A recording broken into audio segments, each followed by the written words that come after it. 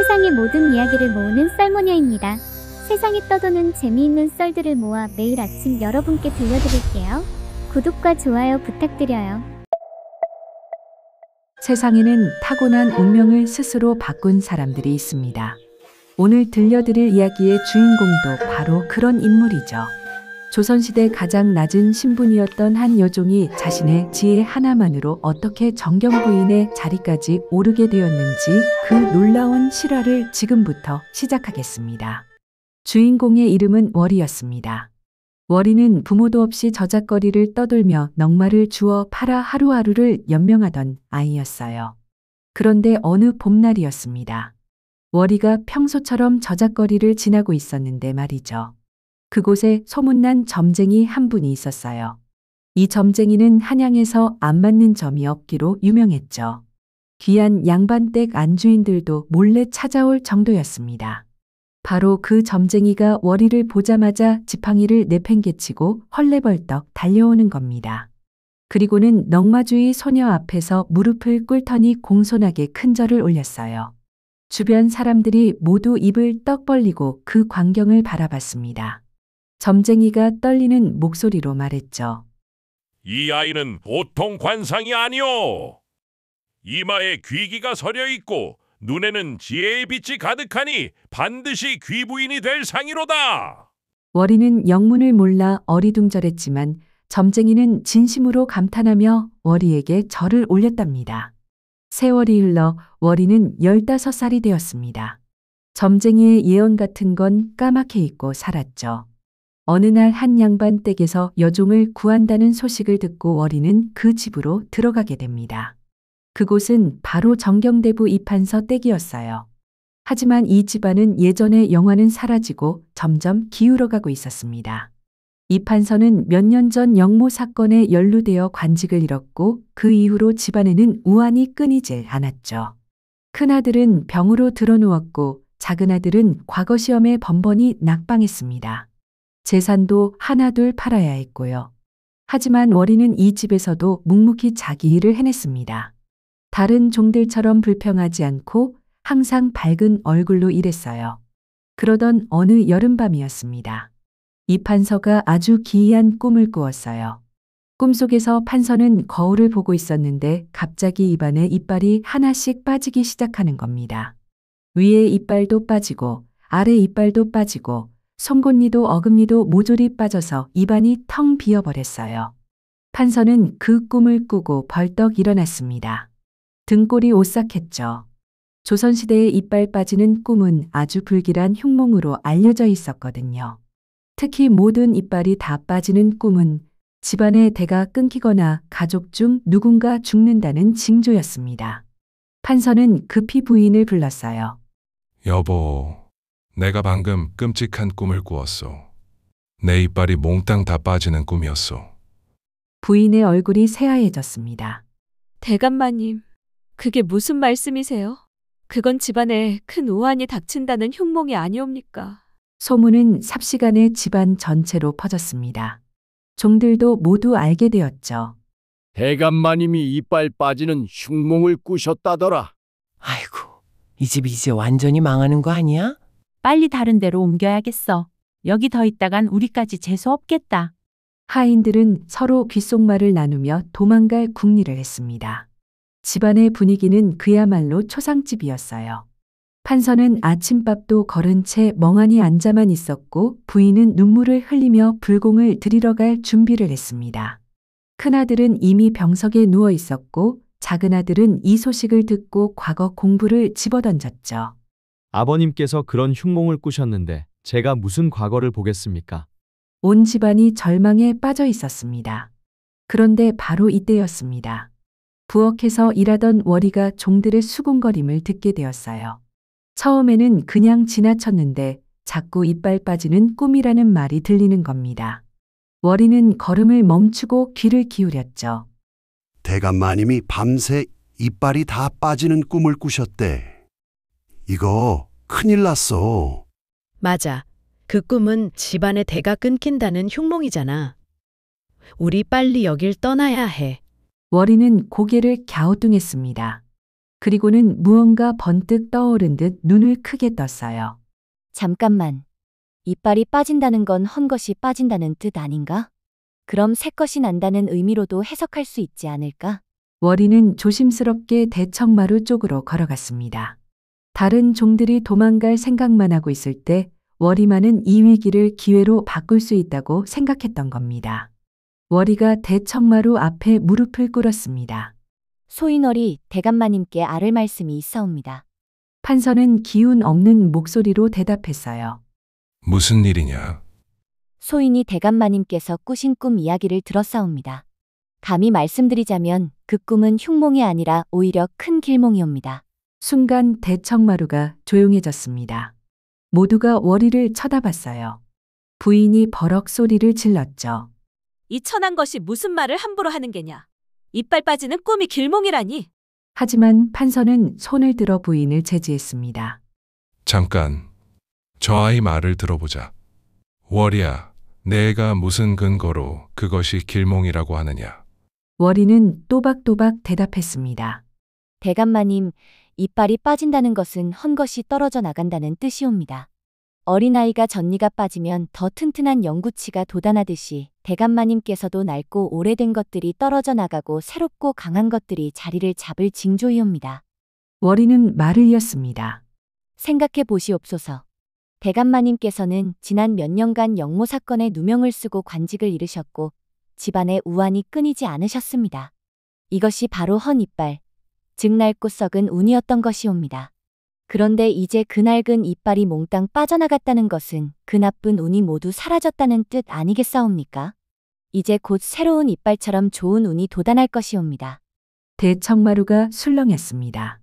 종들도 그럴듯한데 하며 고개를 끄덕이기 시작했어요.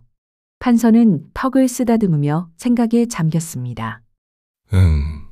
그렇게 해석할 수도 있겠구나. 헌 것이 가고 새 것이 온다.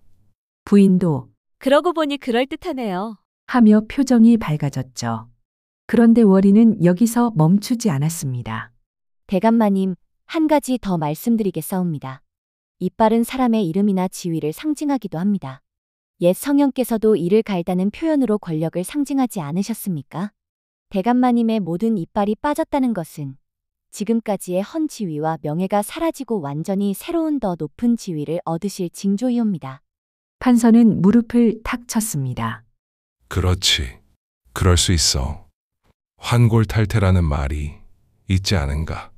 뼈를 바꾸고 태를 바꾼다는 뜻이지. 내 꿈이 바로 환골탈태의 징조였구나. 부인도 눈물을 닦으며 기뻐했어요. 대감마님, 그동안 힘드셨는데 이제 좋은 일이 생기려나 봅니다. 작은 아들도 벌떡 일어나 말했습니다. 아버님, 저도 다시 과거 공부를 하겠습니다. 판서는 월이를 내려다보며 물었습니다. 월이야, 내가 어찌 이런 해몽을 할 줄 아느냐. 배운 것도 없을 텐데. 월이가 대답했죠. 소인은 어려서부터 저작거리를 떠돌며 온갖 사람들의 이야기를 들어왔사옵니다. 점쟁이들의 말도 많이 들었고 기륭화복에 대한 이야기도 귀동냥으로 익혔사옵니다. 그리고 무엇보다 좋게 생각하면 좋은 일이 생긴다는 것을 배웠사옵니다. 판서는 크게 웃었습니다. 좋아. 네 말대로 좋게 생각하겠다. 모두들 들으라. 오늘부터 집안의 분위기를 바꾸도록 하라. 내 꿈은 길몽이었다. 그로부터 일주일이 지났습니다. 정말로 놀라운 일이 벌어졌어요. 한양에서 관리 하나가 이판서 댁을 찾아왔습니다. 정경대부 이판서 계시오. 내가 이판서요. 무슨 일로 오셨소? 관리는 공손히 절을 하고 문서 하나를 내밀었어요. 축하드립니다, 대감마님. 전하께서 몇 년 전 영모 사건을 재조사하시라 명하셨는데 대감마님께서는 완전히 무고하신 것으로 밝혀졌사옵니다. 따라서 명예를 회복하시고 다시 관직에 복귀하시라는 어명이 내려졌사옵니다. 판서는 그 말을 듣고 그 자리에 주저앉을 뻔했습니다. 이게 정말이요? 그뿐만이 아니옵니다.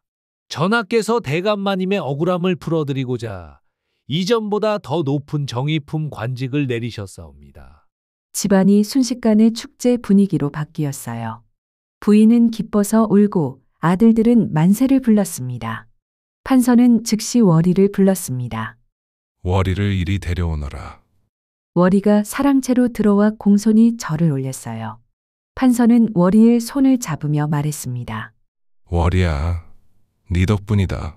네가 내 꿈을 길몽으로 해석해주지 않았다면 나는 절망 속에서 아무것도 하지 못했을 게다. 하지만 네 말을 듣고 희망을 가지니 정말로 좋은 일이 생겼구나. 판서는 은자 주머니를 꺼내 월이에게 건넸습니다. 이것을 받아라. 내 공로를 치하하는 것이다. 월이는 손을 내저으며 말했어요. 대감마님, 소인은 대감마님 댁의 종이옵니다. 당연히 해야 할 일을 했을 뿐이옵니다. 감히 이런 큰 돈을 받을 수 없사옵니다.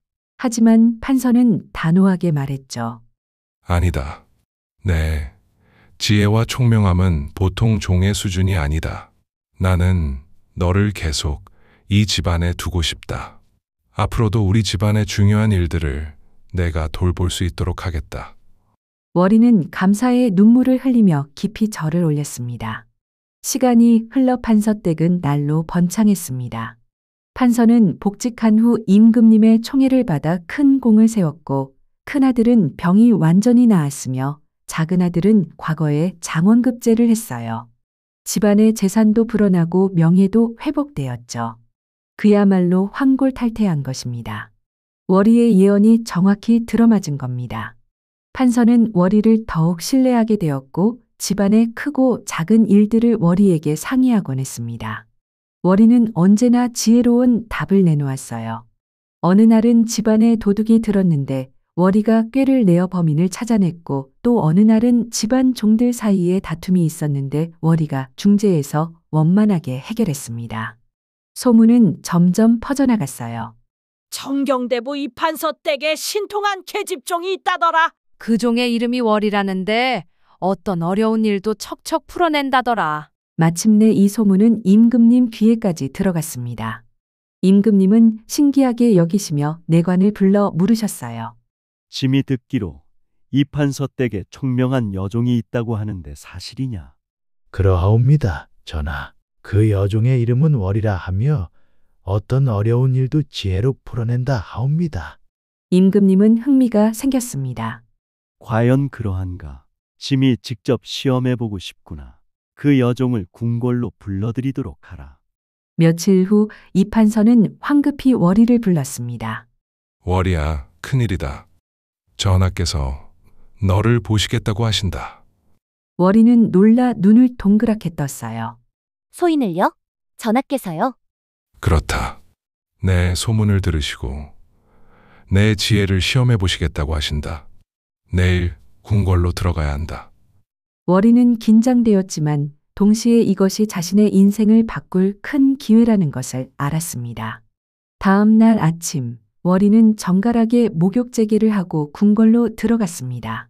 생전 처음 보는 궁궐의 장엄한 모습에 월이는 가슴이 두근거렸어요. 내관의 안내를 받아 편전으로 들어갔습니다. 임금님이 용상에 앉아 계셨죠. 월이는 바닥에 엎드려 큰 절을 올렸습니다. 천민월이 전하 앞에 엎드려 문안 올리옵니다. 임금님은 온화한 목소리로 말씀하셨어요. 고개를 들어라. 짐이 보자. 월이가 고개를 드니 임금님과 눈이 마주쳤습니다. 임금님은 월이의 맑은 눈빛을 보고 고개를 끄덕이셨어요. 과연 영특해 보이는구나. 짐이 내게 문제를 하나 내겠다. 만약 풀어낸다면 상을 내리고 만약 풀지 못한다면 그냥 돌려보내도록 하마. 월이는 또박또박 대답했습니다. 황송하옵니다, 전하. 소인이 아는 바를 다해 답하겠사옵니다. 임금님은 옆에 있는 큰 북을 가리키며 말씀하셨습니다. 저기 북이 하나 있다. 짐이 원하는 것은 저 북이 울리는 소리를 듣는 것이다. 하지만 조건이 있다. 너는 저 북을 직접 손으로 건드려서는 안 된다. 손을 대지 않고 저 북을 울려보아라. 이것은 정말 어려운 문제였습니다. 북을 울리려면 북채로 쳐야 하는데 손을 대지 말라고 하셨으니 도대체 어떻게 해야 할까요? 내관들도 고개를 갸웃거렸어요. 손을 안 대고 어떻게 북을 울린단 말인가? 월이는 잠시 생각에 잠겼습니다. 눈을 감고 깊이 생각했죠. 그리고는 천천히 주변을 둘러보기 시작했어요. 편전의 창문, 촛불, 향로. 월이의 눈이 창문 쪽에서 멈췄습니다. 창문으로 살랑살랑 바람이 들어오고 있었어요. 월이의 입가에 미소가 번졌습니다. 월이는 임금님께 아뢰었습니다. 전하, 소인이 한 가지 방법을 생각해냈사옵니다. 허락해 주시옵소서. 좋다. 해보아라. 월이는 일어나서 창문 쪽으로 걸어갔습니다. 그리고는 창문을 활짝 열었어요. 그러자 시원한 바람이 쏴하고 편전 안으로 들어왔습니다. 월이는 다시 북 앞으로 가서 북채를 조심스럽게 집어들었죠. 그리고 북채를 북 가까이에 비스듬히 세워놓았습니다. 바람이 계속 불어왔어요. 북채가 바람에 흔들리기 시작했습니다. 흔들, 흔들. 그러다가 마침내 둥. 북채가 바람에 밀려 북에 닿아 소리를 냈습니다. 월이는 북을 직접 손으로 치지 않았어요. 바람이 북채를 움직여서 북을 울리게 만든 겁니다. 임금님이 손뼉을 크게 치시며 웃으셨어요. 하하하. 기막히구나.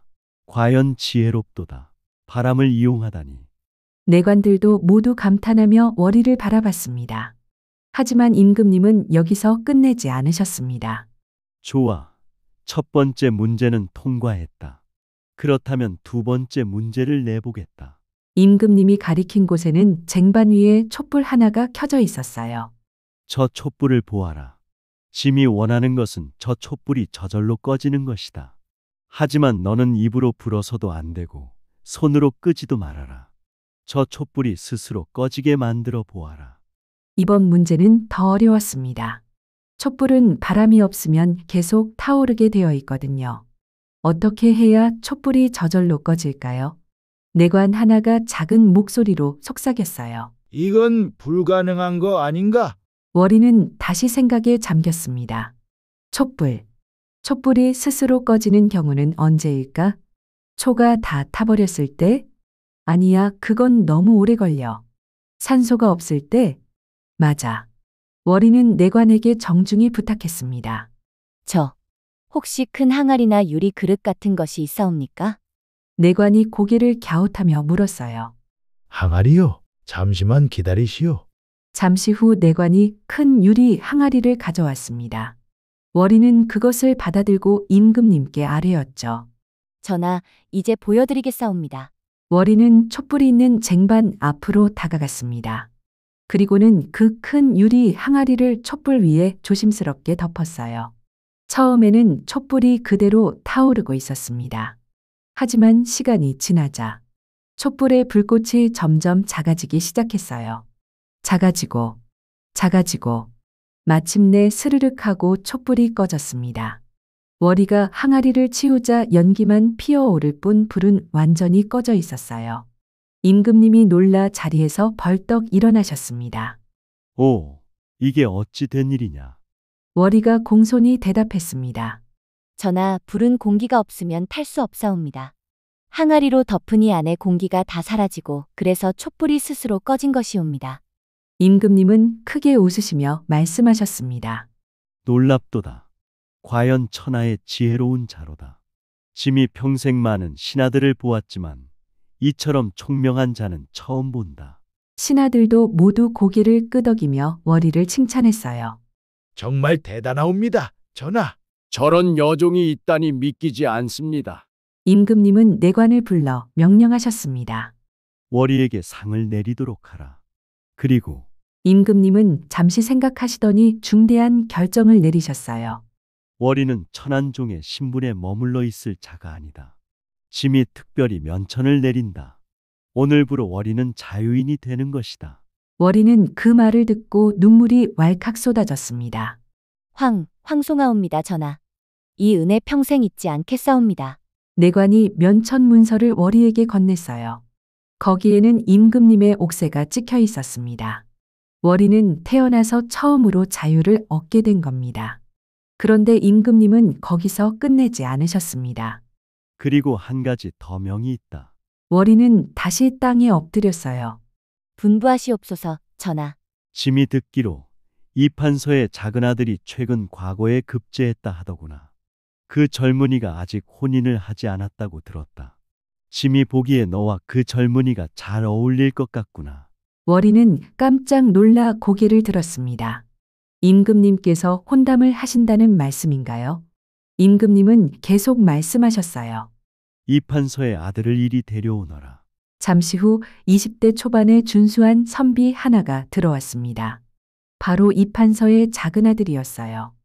그는 월이를 보자 얼굴이 붉어졌습니다.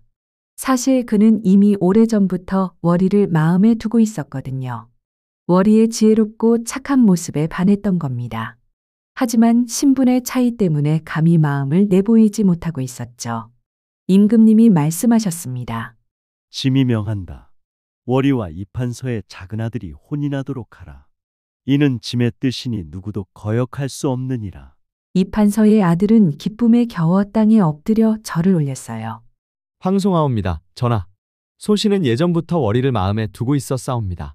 월이도 눈물을 흘리며 절을 올렸습니다. 전하의 은혜 천추만대에 잊지 못하겠사옵니다. 신하들이 모두 축하를 건넸죠.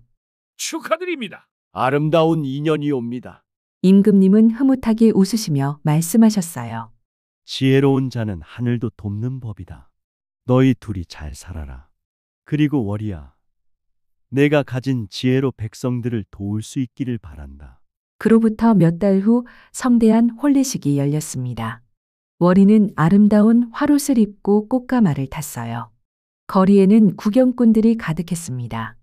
저 여인이 바로 그 유명한 월이라더라. 천한 종에서 양반과 며느리가 되다니 참 대단하구나. 임금님께서 직접 혼인을 명하셨다지?